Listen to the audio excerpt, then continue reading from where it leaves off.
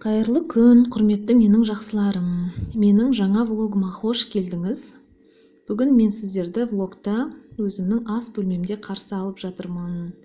Көбіне көп үйде, декретте отырған аналардың, адамдардың уақыты, осы 80% уақыты ас бөлмесінде өтетін шығар деп ойлаймын, себебі өзімде осылай. Ас бөлмесі біз үшін тек қана тамақ ішу, отбасымызбен бас қосып отыратын жер емес. Мынау столдың үстінде бізде шешілмейтін мәселе жоқ. Мен өзім кейде компьютерімді алып келіп осы столдың үстінде жұмысымды жасаймын. Коляскада балам жатады қаралып. Немесе осылай ыдыс-аяқ жуып тұрған кезде, тамақ істеп тұрған кезде Айханымға сабақ құралдарын осы жерге әкелтіп, сабақ оқытып, шетінен өзім қадағалап отырамын. Мен Айханымды биылдыққа дайындық классына берген жоқпын. Себебі өзімнің айы күнім Айзияны босануға дайын болып жүргеннен кейін Айханымға сені өзім дайындаймын мектепке деп уәде бердім де дайындық классына жіберген жоқпын. Сол уәдемде тұрып, Айзия 40-нан шыққаннан бастап Айханымға осындай балапанның дәптерін, барыстың дәптерін, жаңағы қандай тапсырмалар бар, соларды алып жасап жүрміз күнбе күн. Кәдімгі сенбі, жексенбі күні демалысқа шығамыз екеумізде.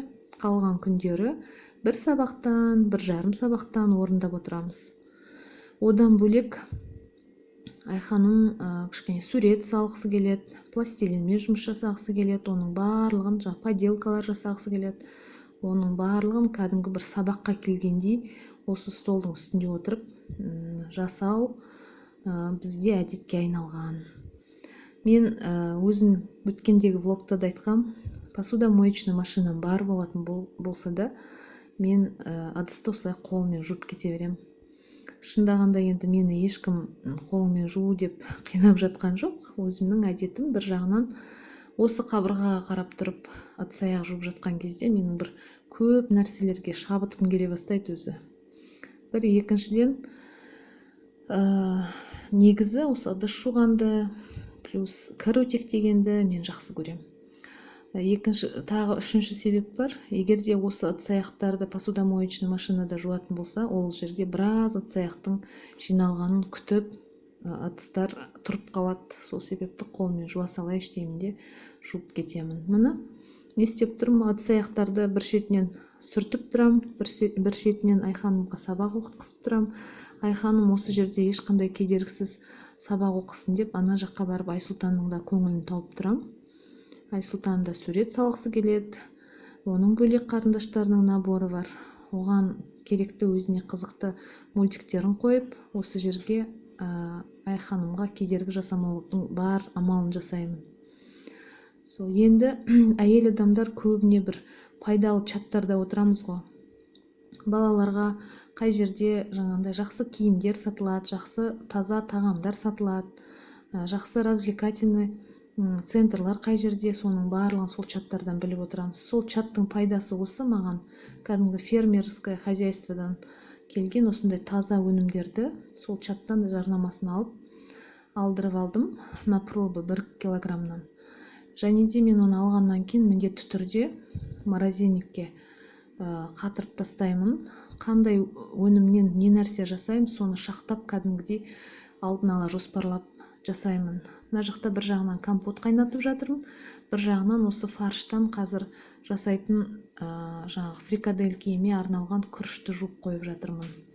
Творогты 2 бөлікке бөлдім. Біреуін таңғы асқа қаймақпен қант араластырып творог қып жеу үшін, екіншісін сырник дайындау үшін. Тура сол сияқты фаршты да 2-ге бөлем.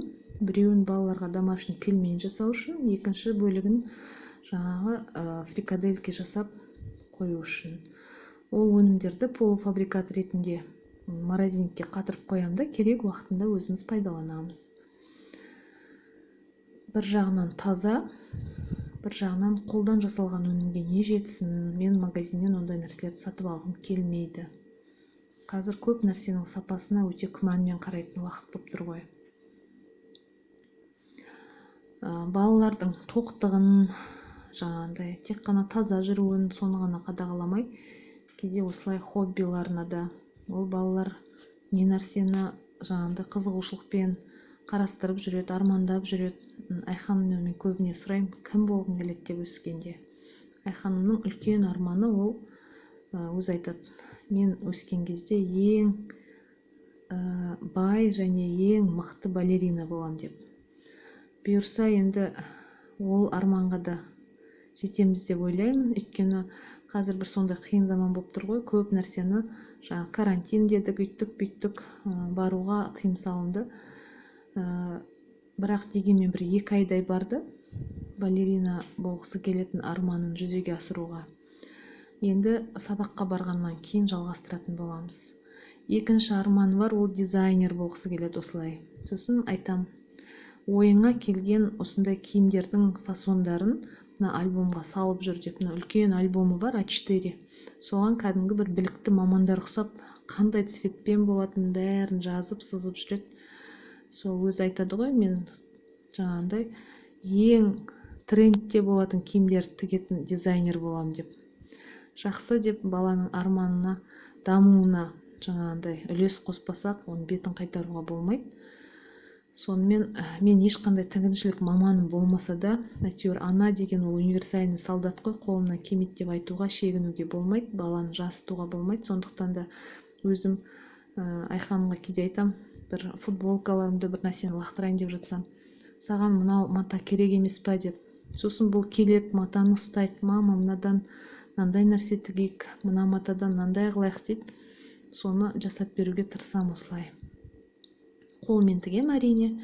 Сосын мынау столик маған өте удобны. Бұл негізі Азияның комоды мен пеленальный столигі. Кейде Айханым осы жерде сабақ та оқи салады.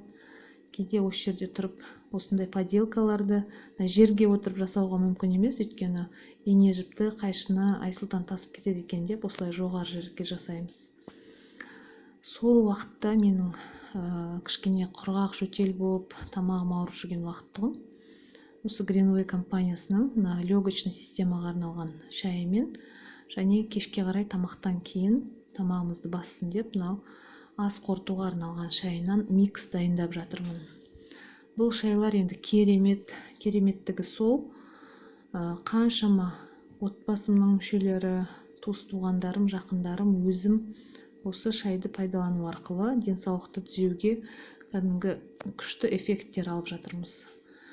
Дайындалу тәсілі өте оңай. Осылай шайды ақманға саламыз да, ыстық 90 градус сумен бұқтырып, 10-15 минуттан кейін, бұққаннан кейін бал қосып ішсеңіз де, сүт қосып ішсеңіз де болады. Біз өзіміз кәдімгі сүтсіз осылай тәтті желе нелермен ішеміз, өрік мейіздермен. Ал Айханым мен Айсұлтан сұрап келгенде міндетті түрде бұл шайға сүт қосып, бал қосып береміз. Айханым екеуміздің хоббиларымыз, небір өнеріміз осымен аяқталмайды.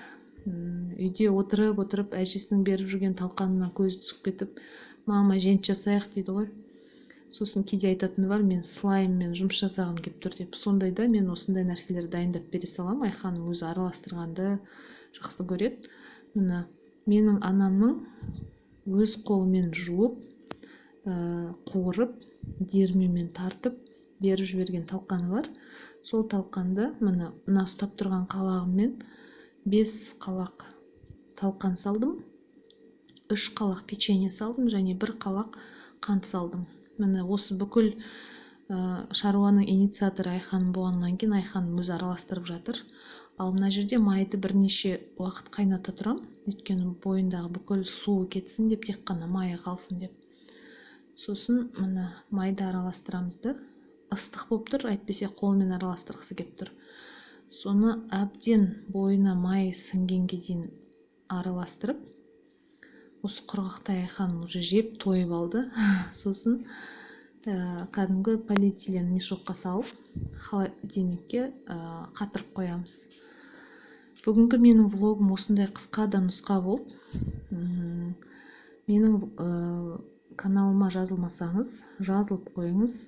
Көптеген пайдалы ақпараттар болады сіздер үшін. Қазіргі таңда өзім үшін жоспарлап жүрмін. Әйел адамдарға көбіне бір подсказка болсын деп, тез дайындалатын тағамдар, тез дайындалатын салаттар, тез дайындалатын выпечкалар, дәмді және тез деген рубрика ашып, соны жасағым келіп жүр. Міне қандай печенье қосқанымды көрсетіп жатырмын.